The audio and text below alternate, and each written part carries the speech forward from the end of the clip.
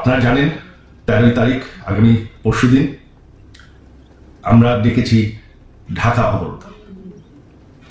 ঢাকা অবরোধকে আপনাদের সফল করতে হবে। এবার আসল বোমা যখন পড়বে তখন এই কালা পাঠা, সার্জিস আলম, মাহফুজ কটা বন্দুক নিয়ে বাইরে বেরোয় আর কটা ইন্ডিয়ান সোলজারের সামনাসামনি দাঁড়িয়ে গুলি চালায়, আমি সেটাও দেখে নেবো।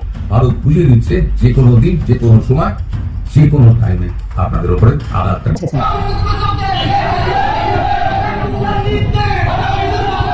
রাজধানীর পৃথক স্থানে 2টি বাসে আগুন দিয়েছে দুর্বৃত্তরা, আর 3টে স্থানে ককটেল বিস্ফোরণের ঘটনা ঘটিয়েছে। যেসব জায়গায় হয়তো সরকার এখন আর হামলা চায় না, বা নিজেদের ব্যবসা প্রতিষ্ঠানগুলো সেগুলোতেও যে সরকার এখন আর হামলা ঠেকাতে পারছে না, সেটা প্রমাণ করছে যে সরকার, আইন শৃঙ্খলা রক্ষাকারী বাহিনী সকলেই একটা খুব ভালনারেবল অবস্থায়, মানে একটা খুব ঝুঁকিপূর্ণ অবস্থায়। আরো আসার কথা, সুখের কথা আওয়ামী লীগের জন্য, আওয়ামী লীগের লকডাউনকে কেন্দ্র করে সরকারের মধ্যে ভয়ঙ্কর একটা তোলপাড় শুরু হয়ে গেছে। পাগল হয়ে গেছে, সরকার পাগল হয়ে গেছে। গতকালকে সারা দিনে এমনকি গত রাতে, মানে আমি যখন নিউজটা করছি এখন ভোর আনুমানিক রাত 5টা, তো আজকে রাতে এবং দিনে মিলে যতগুলো ঘটনা বাংলাদেশে ঘটছে, এই ঘটনাগুলো কিন্তু একটা প্রভাব তৈরি করছে। এর পাশাপাশি একটা খারাপ সংবাদ হচ্ছে, ভারতেও সম্ভবত একটা সন্ত্রাসী হামলা হয়েছে, একটা বাস বিস্ফোরণ হয়েছে অথবা প্রাইভেট কার, এটা নিয়ে ব্যাপক আলোচনা, যেটা আসলে কে কাহিনী কানেক্টেড। আবার ওই গাড়ির যিনি মালিক তিনি আবার নামে ভারতের গণমাধ্যমে তাকে মুসলিম হিসেবে দেখানো হয়েছে, এ নিয়ে ভারতেও কিন্তু তোলপাড়। তো বাংলাদেশে গতকালকে রাতে বেশ কিছু ঘটনা ঘটছে, মানে আগামী 13ই নভেম্বরের আগে বা পরে বা 12ই নভেম্বর থেকে শুরু করে একটা বার্তা তৈরি করার চেষ্টা করছে। তবে আমি বারবার বলি যে এই যে ককটেল বিস্ফোরণ, এই যে গুলি, এই যে বিভিন্ন জায়গায় ধরেন ককটেল ব্লাস্ট করা হয়েছে, এই ঘটনাগুলো যারা বাসে আগুন দিচ্ছেন, এই ঘটনাগুলোতে 100% আওয়ামী লীগের ইনভেস্টিগেশন শেষে নাম আসবে। এবং কি মানুষের মধ্যে একটা অংশ, সাধারণ জনগণের মধ্যে একটা অংশ কিন্তু এটা মনে করতেছে যে কাজগুলা আওয়ামী লীগে করতেছে, কারণ এখানে অনেক রকম পারসেপশন, ন্যারেটিভ কিন্তু তৈরি করার চেষ্টা করছে।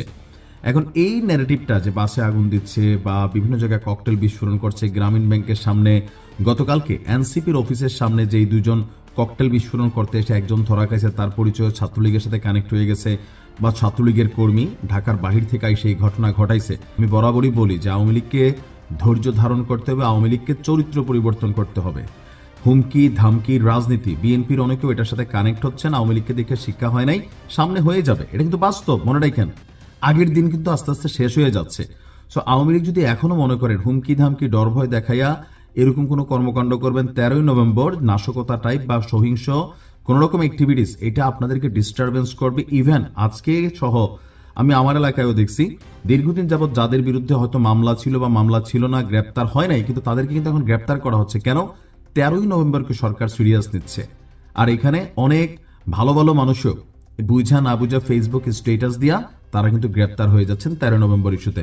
তো রাতে কি ঘটলো? এনসিপির প্রধান কার্যালয়ের সামনে মোটর সাইকেলে করে আইসা দুইজন ককটেল ফুটাইতে গেল। তো ফুটাইয়া দৌড় দেওয়ার সময় আবার একটা ধৈরা ফেলছে, ধৈরা হালকা উত্তম মধ্যম দিছে, তার থেকে জিজ্ঞাসাবাদ করা হচ্ছে, তাকে পুলিশের কাছে দেওয়া হচ্ছে। অপরদিকে ঢাকা সিলেট মহাসড়কে আমরা দেখলাম যে আওয়ামী লীগের মশাল মিছিল একটা বড় ধরনের আপনার ঘটে গেল।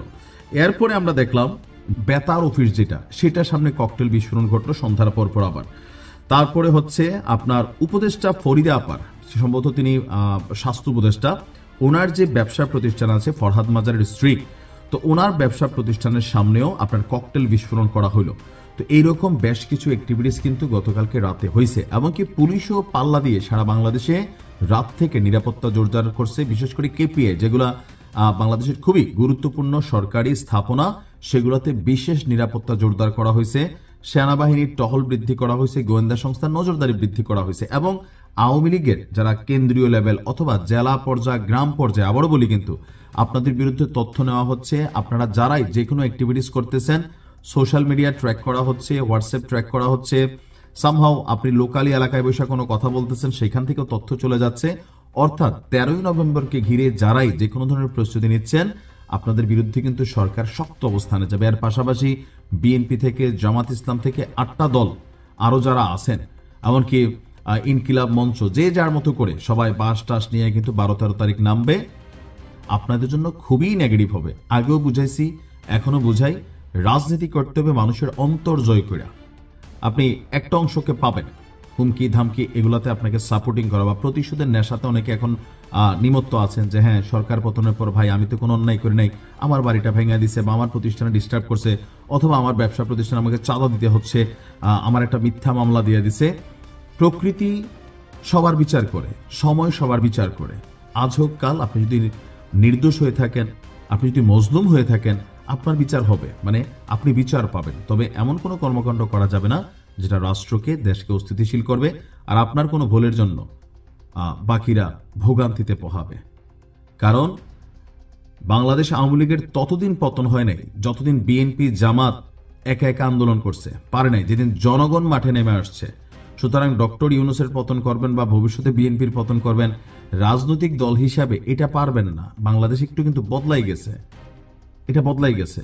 জনগণ যদি কোনোদিন মনে হয় যে সরকারটা আছে এটা আমাদের জন্য ক্ষতিকর, এটার অন্যায় অত্যাচারে আমরা নিপীড়িত মজলুম, তখন মানুষ এমনিই মাঠে নামবে, আপনার নামাইতে হবে না। আপনি শুধু সেই স্রোতটাকে ব্যবহার করবেন, যেমনটা আওয়ামী লীগের বিরুদ্ধে জনতার স্রোতকে কি করতে পারছে, ব্যবহার করতে পারছে। কখন? যখন জনগণ সম্মিলিতভাবে রাজপথে নামছে। এর আগে বিএনপি চেষ্টা করছে না, বহু দাবি দাওয়া নিয়ে মাঠে নামছে, কিন্তু সরকার পতন করতে পারছে? পারে নাই, কারণ জনগণ কানেক্ট হয় নাই।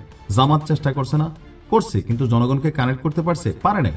কিন্তু যখন 5ই আগস্টের আগে জুলাই অভ্যুত্থান হলো, দৃশ্যপটগুলো আসলো, পুলিশের বিভিন্ন অ্যাকশন আসলো, মানুষের আমরা দেখলাম যে ছাত্রছাত্রীদের মজলুম, নির্যাতন, অত্যাচার, এগুলোতে মানুষ ভাইব্রেট হয়েছে, যার কারণে যে যার মতো করে রাস্তায় নামছে।